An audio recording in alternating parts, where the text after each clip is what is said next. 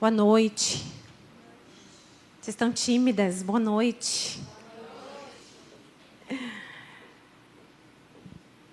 A Adri não perguntou, vou perguntar. Tem alguém nos visitando pela primeira vez hoje, por acaso? Tem?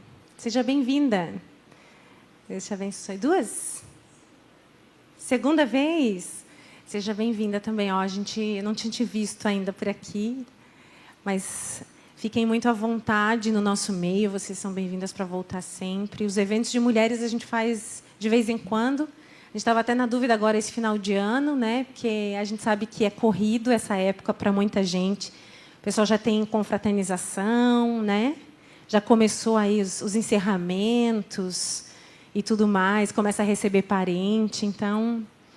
Mas nós que estamos aqui, o Senhor nos trouxe por um propósito, eu creio nisso, né? Que Ele tem algo para derramar sobre as nossas vidas.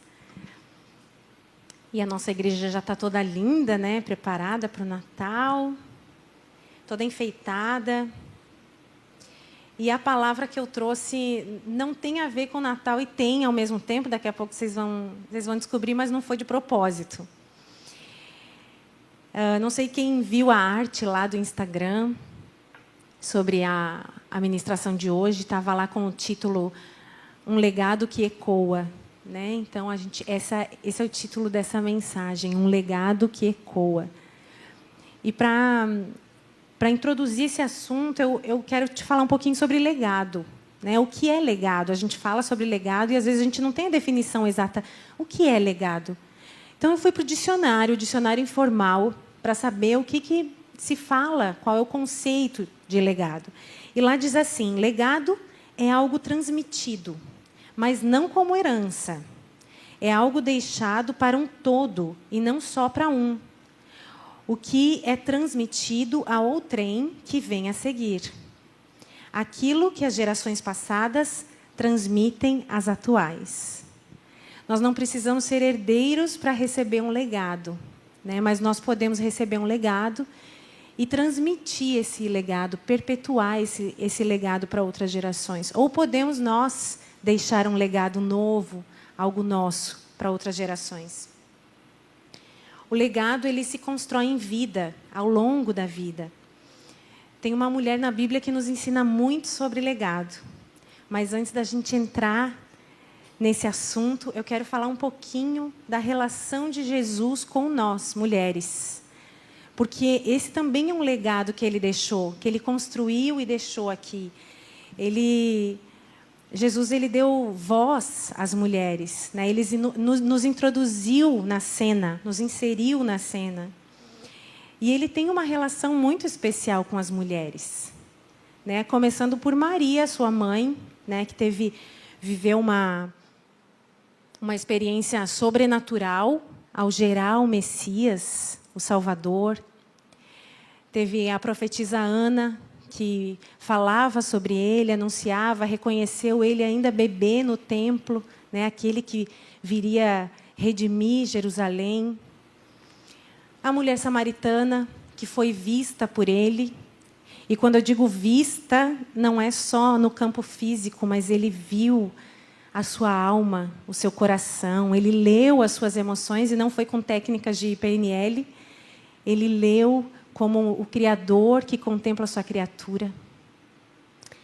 Maria, irmã de Lázaro, que até esqueceu tudo que tinha para fazer, né?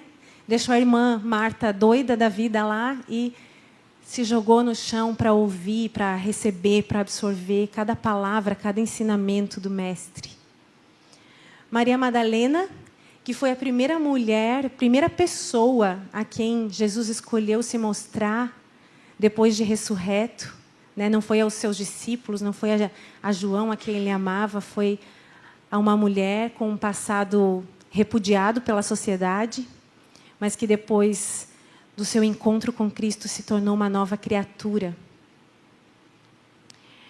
E as mulheres, esses relatos todos nos mostram que as mulheres elas têm vez, né, com Jesus. Mesmo ele tendo vivido num contexto masculino, onde a voz era dada aos homens, ele faz questão de demonstrar isso, que o Senhor nos enxerga, Ele enxerga os nossos corações, Ele se preocupa com as nossas emoções. Ele olha para o nosso coração. E eu quero falar com vocês essa noite sobre uma mulher muito especial. Uma mulher que teve o seu encontro com Jesus antes mesmo dele nascer, fisicamente. Ela aparece somente no Evangelho de Lucas, que, curiosamente, é o evangelho mais interessado no papel das mulheres e dos socialmente excluídos também. E essa mulher, alguém já sabe de quem eu estou falando? Um chute? Não? Isabel. Isso aí, Joyce. Isabel, mãe de João Batista. E essa mulher, ela tem muito a nos ensinar. Isabel, ela não era uma mulher qualquer. A Bíblia conta que ela veio da linhagem, ela era da linhagem de Arão. Arão foi o líder dos sacerdotes hebreus, o braço direito de Moisés, irmão mais velho de Moisés. Ela era esposa também de um sacerdote, Zacarias. E isso quer dizer que eles ocupavam uma posição privilegiada, uma posição de respeito, né, na tradição, na sociedade.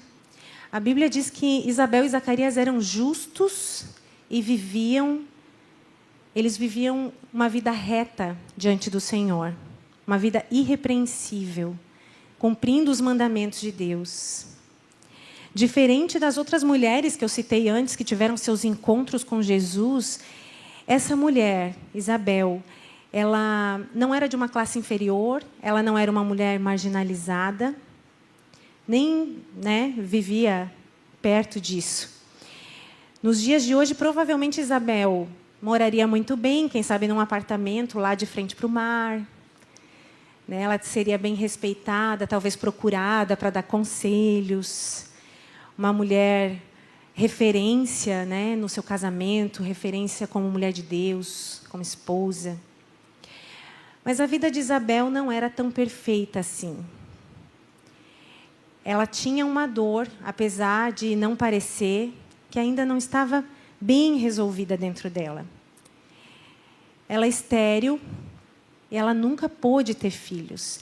E nessa altura aqui da história, ela já era idosa e não tinha mais chance nenhuma de gerar uma criança.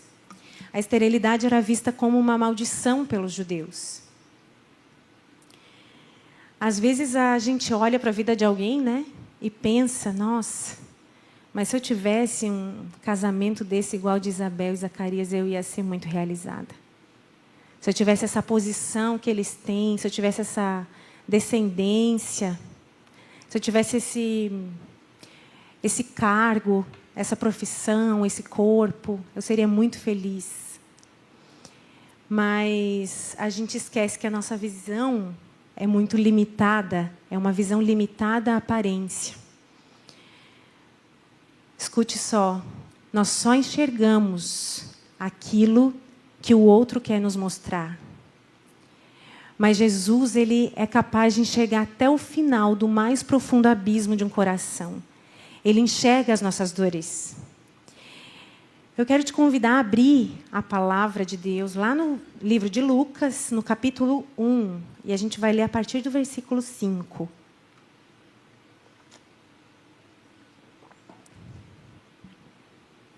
Lucas 1, 5. Diz assim: Quando Herodes, o rei da Judéia... A gente vai ler do 5 até o 20, tá? Depois a gente vai pular para o 26. Quando Herodes, o rei da Judéia, era rei da Judéia, havia um sacerdote chamado Zacarias, que fazia parte do grupo sacerdotal de Abias. Sua esposa Isabel também pertencia à linhagem sacerdotal de Arão. Zacarias e Isabel eram justos aos olhos de Deus e obedeciam cuidadosamente os seus mandamentos e estatutos do Senhor. Não tinham filhos, pois Isabel era estéril, e ambos já estavam bem velhos. Certo dia, Zacarias estava servindo diante de Deus no templo, pois seu grupo realizava o trabalho sacerdotal, conforme a escala. foi escolhido por sorteio, como era de costume dos sacerdotes, para entrar no santuário do Senhor e queimar incenso. Enquanto o incenso era queimado, uma grande multidão orava do lado de fora. Então um anjo do Senhor lhe apareceu à direita do altar de incenso. Ao vê-lo, Zacarias ficou muito abalado e assustado. O anjo, porém, lhe disse: não tenha medo, Zacarias. Sua oração foi ouvida. Isabel, sua esposa, lhe dará um filho, e você o chamará João. Você terá grande satisfação e alegria, e muitos se alegrarão com o nascimento do menino, pois ele será grande aos olhos do Senhor. Nunca tomará vinho nem outra bebida forte, será cheio do Espírito Santo, antes mesmo de nascer. Fará muitos israelitas voltarem ao Senhor Deus. Será um homem com espírito e o poder de Elias, e preparará o povo para a vinda do Senhor. Fará o coração dos pais voltar para seus filhos, e levará os rebeldes a aceitarem a sabedoria dos justos. Zacarias disse ao anjo: como posso ter certeza de que isso acontecerá? Já sou velho, e minha mulher é de idade avançada. O anjo respondeu: sou Gabriel, e estou sempre na presença de Deus. Foi Ele quem me enviou para lhe trazer as boas novas. Agora, porém, você ficará mudo até os dias em que essas coisas acontecerão, pois não acreditou em minhas palavras, que se cumprirão no devido prazo. Aí lá no 26. No 6º mês de gestação de Isabel, Deus enviou o anjo Gabriel a Nazaré, numa cidade chamada Galiléia, a virgem de nome Maria. Ela estava prometida em casamento a um homem chamado José, descendente do rei Davi. Gabriel apareceu a ela e lhe disse: alegre-se, mulher favorecida, o Senhor está com você. Confusa, Maria tentou imaginar o que o anjo quis dizer. Não tenha medo, Maria, disse o anjo, pois você encontrou favor diante de Deus. Ficará grávida e dará luz a um filho, e o chamará Jesus. Ele será grande e será chamado Filho do Altíssimo. O Senhor Deus lhe dará o trono do seu antepassado Davi, e ele reinará sobre Israel para sempre. Seu reino jamais terá fim. Maria perguntou ao anjo: como isso acontecerá? Eu sou virgem? O anjo respondeu: o Espírito Santo virá sobre você e o poder do Altíssimo a cobrirá com sua sombra. Portanto, o bebê que vai nascer será santo e será chamado Filho de Deus. Além disso, sua parenta, Isabel, ficou grávida em idade avançada.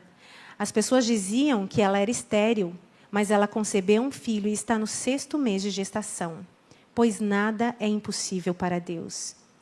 Maria disse: sou serva do Senhor, que aconteça comigo tudo o que foi dito a meu respeito. E o anjo a deixou. Alguns dias depois, Maria dirigiu-se apressadamente à região montanhosa da Judeia, a cidade onde Zacarias morava. Ela entrou na casa e saudou Isabel. Ao ouvir a saudação de Maria, o bebê de Isabel se agitou dentro dela, e Isabel ficou cheia do Espírito Santo. Em alta voz, Isabel exclamou: você é abençoada entre as mulheres, e abençoada é a criança em seu ventre. Porque tenho a grande honra de receber a visita da mãe do meu Senhor? Quando ouvi sua saudação, o bebê em meu ventre se agitou de alegria. Você é abençoada, pois creu no que o Senhor disse que faria.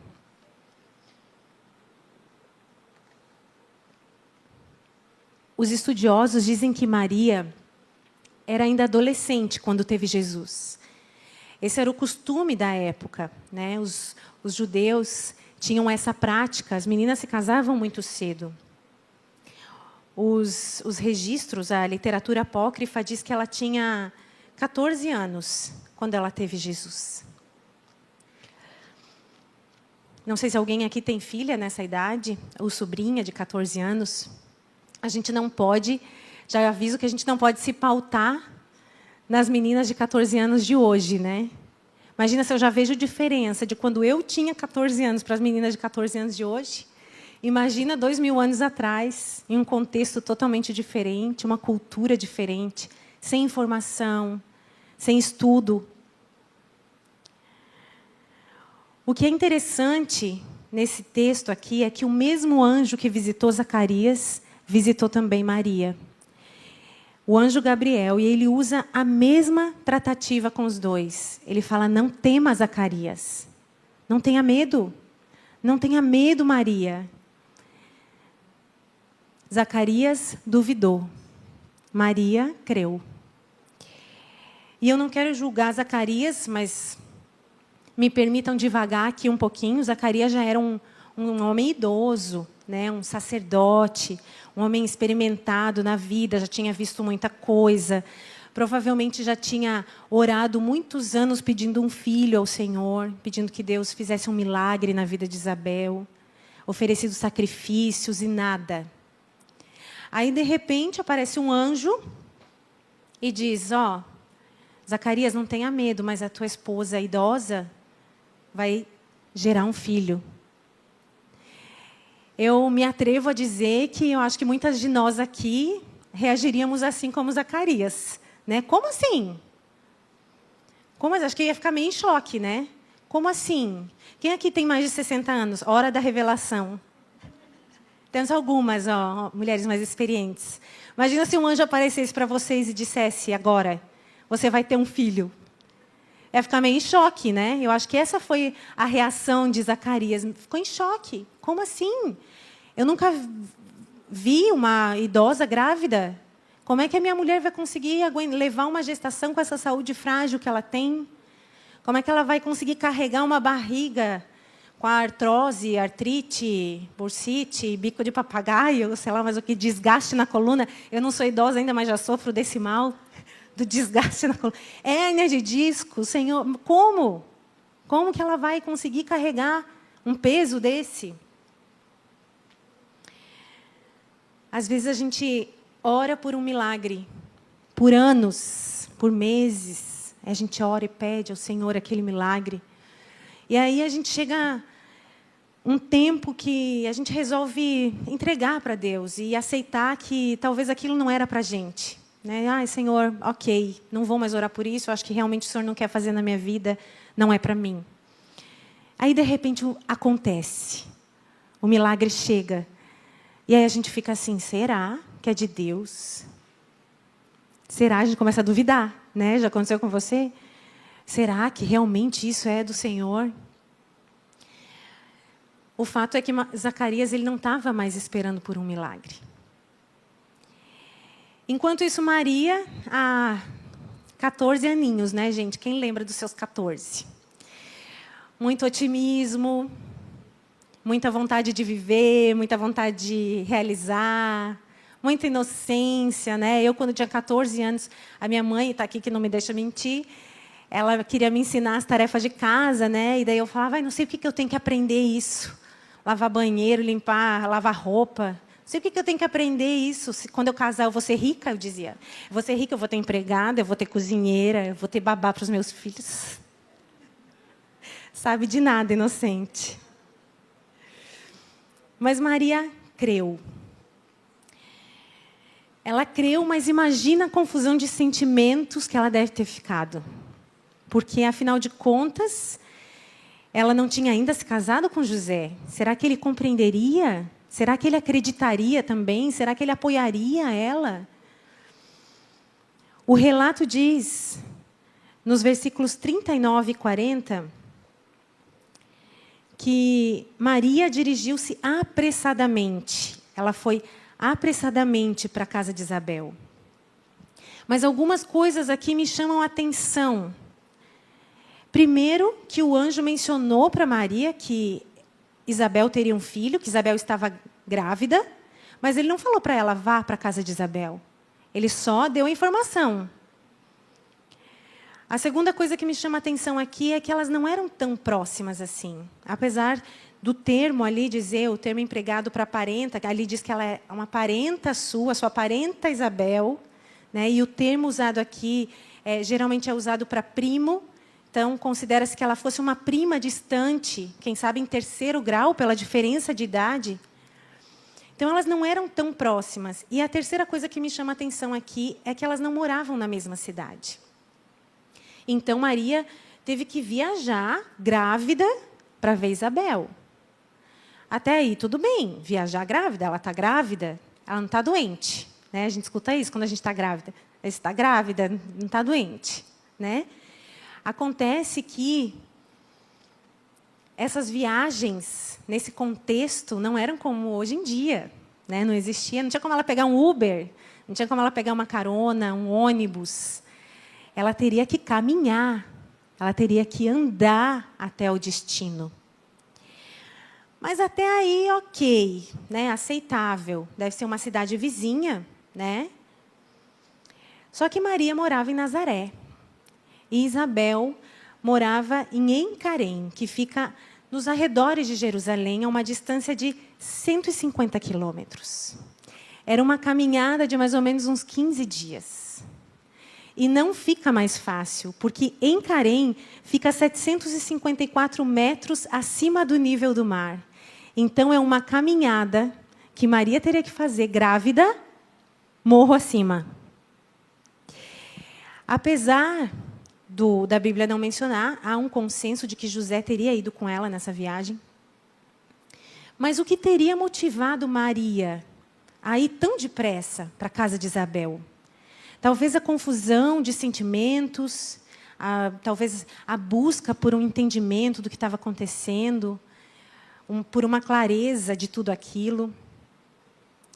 Mas quando eu leio esse texto, eu penso que Maria foi conduzida a buscar uma conexão com Isabel. As duas estavam vivendo um milagre simultaneamente. Nesse momento, Isabel ia ser a única pessoa que ia entender exatamente aquilo que Maria estava sentindo. E a Maria poderia reafirmar, então, tudo aquilo que já estava no seu coração. Seria uma conexão de fé, uma união de propósitos. Sabe quando você está passando por uma situação e você conversa com alguém que já passou por aquilo ou que está passando por aquilo, e aí, mesmo que você talvez não tenha tanta ligação com essa pessoa, mas você, de repente, se sente à vontade em contar para ela o que está no teu coração, em desabafar, em chorar. Parece que vocês se conhecem há anos. É uma conexão. Maria foi agraciada por Deus, Isabel também. E com Isabel, Maria poderia celebrar essa graça sem medo dos olhares, dos julgamentos. Tem momentos na nossa vida que a gente precisa buscar por conexões. As conexões, elas são poderosas. Há alguns anos atrás, quem me conhece um pouco mais sabe, eu estava vivendo uma crise no meu casamento. E a gente estava assim, já a ponto de se separar mesmo, já tinha falado com advogado e tudo mais. E por mais que as coisas estavam adiantadas e fisicamente a gente olhasse naturalmente e via que não tinha jeito, que ia dar em separação, eu lá no fundo do meu coração cria que Deus podia restaurar, que Deus podia fazer um milagre no meu casamento. Então, um dia eu resolvi procurar uma pessoa que já tinha passado por aquilo que eu estava passando. Eu busquei uma conexão. E nós não éramos tão ligadas, mas eu sentia que aquela conexão ia me fortalecer. E eu chamei ela e a gente conversou, e foi esse momento de abrir o coração, e eu chorei e ela chorou. E ela me encorajou a continuar lutando pelo meu casamento, a orar. E ela falou assim, de vez em quando ela mandava mensagem e falava, eu estou orando, não deixa de orar, eu ainda creio no milagre. E aquilo me fortalecia para que eu continuasse naquela batalha, para que eu continuasse orando. Ela se transformou numa intercessora minha. Busque conexões. Vocês já viram os gansos voando no céu? Alguém já viu? Talvez você não tenha. Alguém já viu? Ganso? Sabe quando eles voam naquela formação em V no céu? Tem uma explicação por que eles voam daquela forma, nessa formação em V. Eu achei muito interessante. Cada vez que uma ave, que um ganso bate as asas, ela move o ar para cima, ajudando a sustentar a ave que está vindo atrás. Ao voar em V, o bando ganha 71% a mais de força de voo do que uma ave voando sozinha. 71% a mais de força de voo. Quando o ganso líder se cansa, aquele que está na frente, na ponta do V, automaticamente ele vai para trás para dar uma descansada e outro ganso assume a liderança e eles continuam. Os gansos que vêm atrás, e às vezes a gente escuta um barulho desses gansos quando eles passam voando, são os gansos de trás que gritam. Eles gritam para os da frente para encorajar, para que eles mantenham a velocidade. Eles estão ali motivando os outros. E quando acontece de um ganso adoecer, 2 gansos saem junto com ele da formação e ficam com ele para proteger esse ganso enquanto ele se recupera até que ele possa voltar a voar. As conexões certas nos fortalecem, nos protegem, nos encorajam e nos conduzem ao nosso propósito. Você tem uma Isabel? Alguém, uma pessoa as portas da casa estão sempre abertas para você, para quando você precisa de um apoio, quando precisa ser acolhida, quando precisa falar, ou quem sabe até ser confrontada, se necessário. Uma pessoa que busca obedecer ao Senhor e que sabe te dar um conselho prudente quando você precisa. Ou quem sabe você é Isabel para muitas mulheres. Há alguém de conduta reta, que sabe conduzir, que sabe direcionar, que sabe apoiar. Lembra do conselho de Tito? As mulheres mais velhas sejam exemplo e ensinem as mais novas no seu proceder. Isabel, ela não está mais aqui no meio de nós, mas o seu exemplo perpetua e ecoa até hoje através das Escrituras. Ela nos deixou um legado. E é isso que acontece quando a gente se dispõe a ensinar. A ordem natural é que os pais morram antes dos filhos, né? Mas mesmo na ausência dos pais, os filhos, eles vão continuar carregando aquilo que eles aprenderam com seus pais. Isso é legado. Nós precisamos entender a nossa responsabilidade de ensinar. Eu disse que Jesus, lá no início, que Jesus nos deu voz, Ele nos inseriu na cena para que nós tenhamos essa responsabilidade de ensinar outras mulheres, de perpetuar esse legado. O nosso legado precisa ecoar por várias gerações. Nós precisamos construir uma rede de apoio, e eu nem estou falando de amizade, mas uma rede de apoio entre mulheres, porque não, de repente Deus vai colocar na tua vida, não é uma futura best friend. Deus vai colocar no teu caminho alguém que você precisa caminhar por alguns meses, por algumas semanas, por alguns anos. E quando o propósito acabar, cada uma vai seguir o seu caminho, assim como foi com Maria e Isabel. Eu quero ler bem rapidinho o versículo 39 ao 41.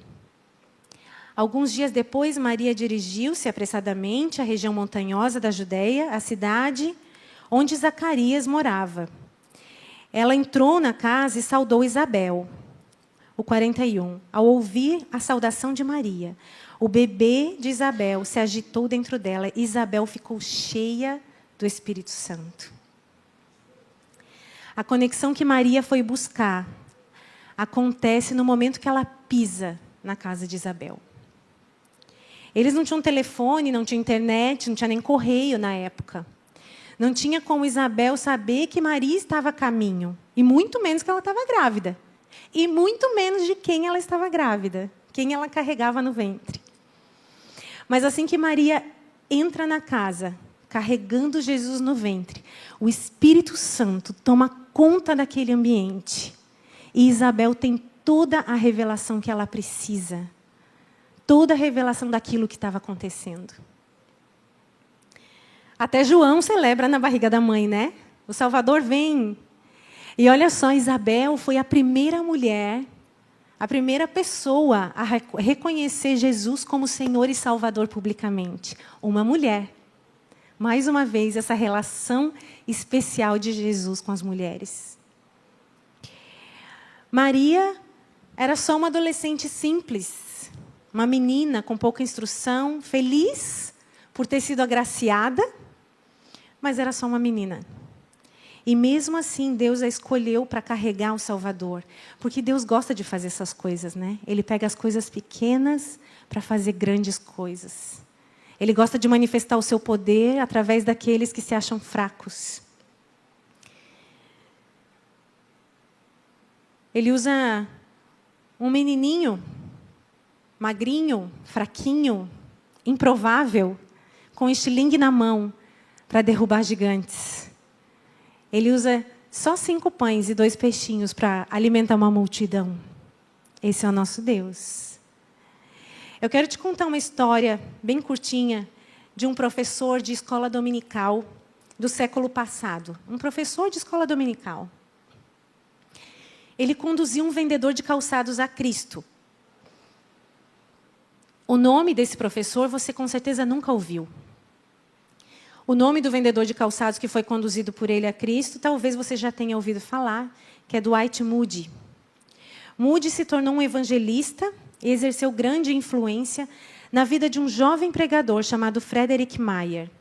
Meyer começou a pregar em universidades e durante suas pregações converteu J. Wilbur Chapman. Chapman começou a trabalhar com a Associação Cristã de Moços e organizou a ida de um ex-jogador de beisebol a uma cidade da Carolina do Norte para realizar um congresso. Um grupo de líderes comunitários da cidade foi tão impactada nesse congresso, era um congresso evangelístico, que planejou uma campanha evangelística em outra cidade e convidaram Mordecai Ham para pregar lá naquela cidade. Durante essa campanha, um jovem chamado Billy Graham entregou sua vida a Cristo. Billy Graham, quem conhece, já ouviu falar em Billy Graham? Billy Graham, ele é considerado o maior evangelista do século XX, tendo levado centenas de milhares de pessoas a Jesus no mundo inteiro. Começou com um simples professor de escola dominical, pequeno, improvável, que ninguém lembra o nome. Pequenas pessoas, escondidas, mas com o coração no lugar certo, disposto e obediente, assim como o de Maria. Versículo 41 diz: ao ouvir a saudação de Maria, o bebê de Isabel se agitou dentro dela e Isabel ficou cheia do Espírito Santo. Em alta voz, Isabel exclamou: você é abençoada entre as mulheres, e abençoada é a criança em teu ventre. Porque tenho eu a grande honra de receber a visita da mãe do meu Senhor? Quando ouvi sua saudação, o bebê em meu ventre se agitou de alegria. Você é abençoada, pois creu no que o Senhor disse que faria.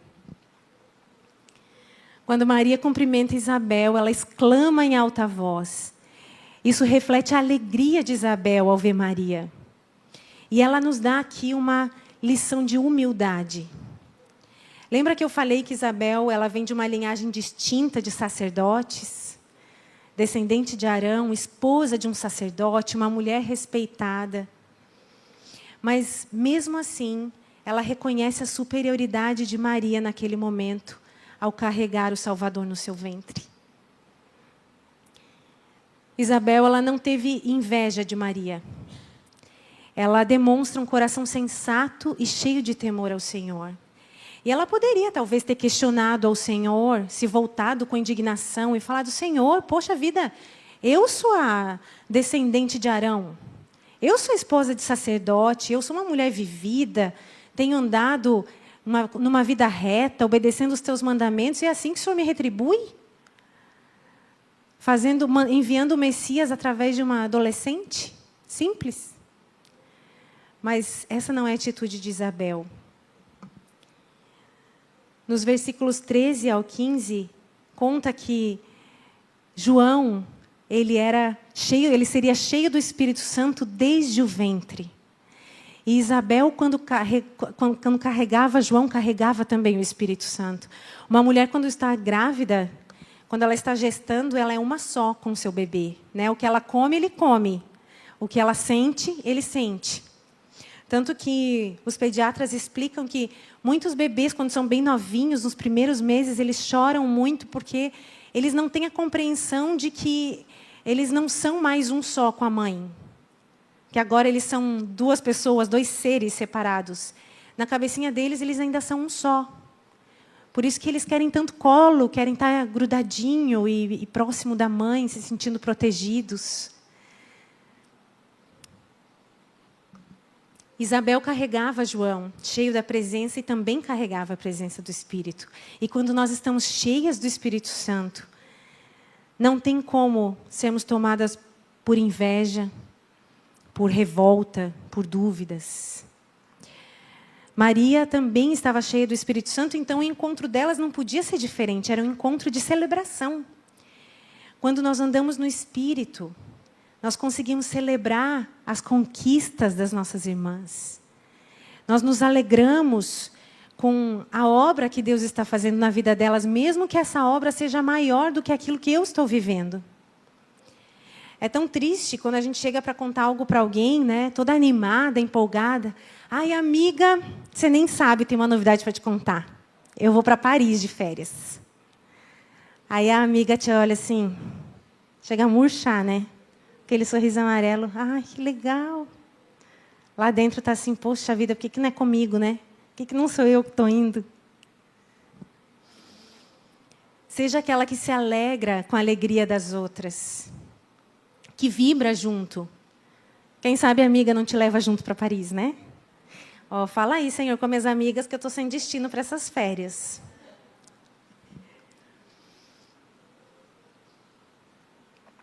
Sabe, talvez você lute contra a inveja. E talvez você vai ter que lutar ainda por muito tempo.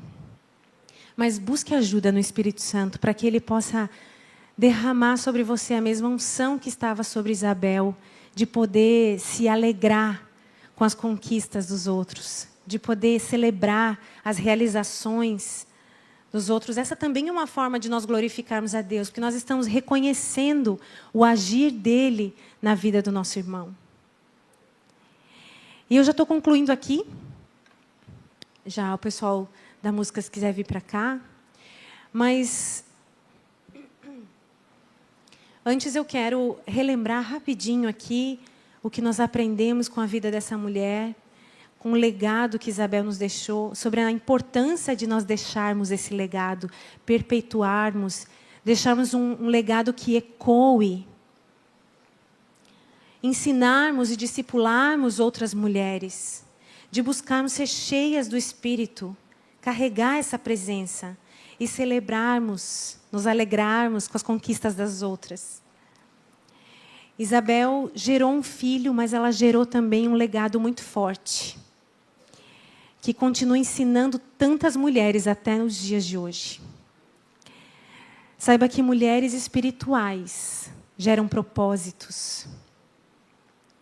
Nós geramos mais do que bebês. Nós geramos sonhos que Deus nos dá. Nós geramos projetos. E eu quero te perguntar o que o Espírito Santo tem gerado em você.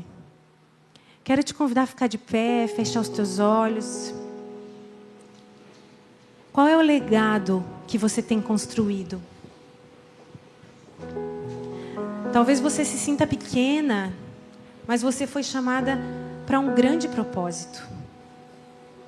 Quem sabe você esteja vivendo um tempo de esterilidade espiritual. Quem sabe você se acha velha demais para gerar algo novo, ou talvez despreparada demais. Mas é tempo de frutificar. É tempo de voltar a sonhar, de crer. Enquanto estivermos vivas, nós estamos construindo legados para as próximas gerações.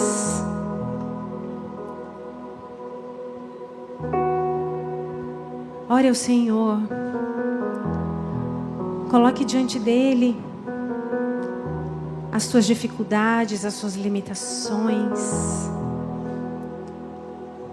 Aquilo que tem te impedido, talvez, de construir um legado, de discipular outras mulheres, de ensinar aquilo que você tem recebido, transbordar aquilo que você tem recebido do Senhor. Senhor, nós te damos graças pelas tuas escrituras.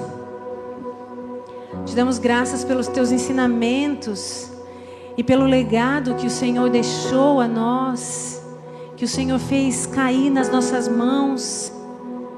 Senhor, nós te damos graças pelo exemplo de Isabel, pela sua vida de fé.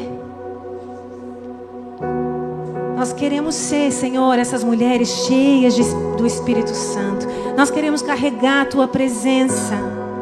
Nós queremos, Senhor, que quando nós pisarmos em algum lugar, a Tua presença, o Teu Santo Espírito inunde aquele ambiente, ó Deus. Senhor, capacita-nos, dá-nos sabedoria, para que o nosso legado ecoe, Pai, por gerações e gerações, porque eu creio que esse é o Teu desejo. Assim como o exemplo de Isabel ainda nos impacta e ainda causa transformações na vida de tantas mulheres, que o nosso exemplo, que o nosso testemunho, Senhor, ainda continue gritando o Teu nome, mesmo na nossa ausência. Em nome de Jesus. Senhor, limpa os nossos corações de toda inveja. Senhor, limpa os nossos corações de toda dificuldade de encontrarmos alegria na conquista dos outros, na alegria do outro. Que nós saibamos nos alegrar, Senhor. Que nós saibamos celebrar, comemorar, vibrar, encorajar os nossos irmãos. Eis-nos aqui, Senhor. Queremos um coração igual ao Teu. Clamamos por um coração igual ao Teu, Jesus.